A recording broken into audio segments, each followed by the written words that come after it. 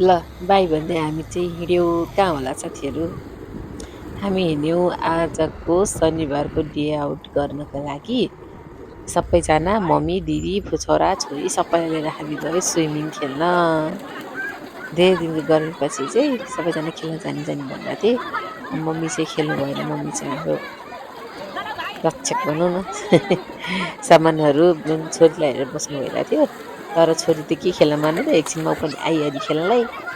अनि यति खेल्यो कि पंछी बढी उड्ती फिरू मस्त गगन में भन्दै हामी खेलाएर छोरीलाई नखेली भएन रे, उसलाई डुबाएको ऊ पनि यति खुसी भएन।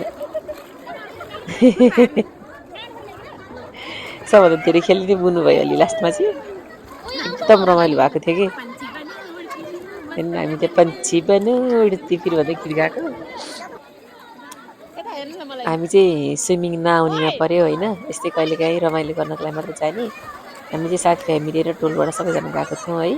फेरि पनि जानु मन लागिरहेको छ कि अब यो चाहिँ टाइमिङ मिलाएर फेरि जानुपर्छ। लट्स अफ भिडियो टिकटक बनायो हामीले चाहिँ होइन। एकदम रमाइलो भएको थियो कि एकदम रमाइलो।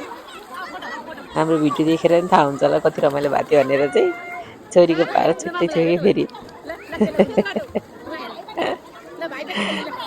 ए ऊ त अझै निस्किने भनिरहेकी थिइनँ। जबरजस्ती बल्ल निकालेको टाइम भयो अनि अब जाने भनेर। यतिकैमा हाम्रो पनि दिन सकियो।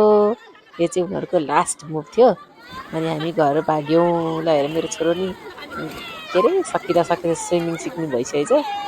Thank you so much for this video. अब फेरि अर्को भिडियो पनि लिएर आउँछु। सबैजना मिलेर हेरिदिनु होला है त। Thank you, by by.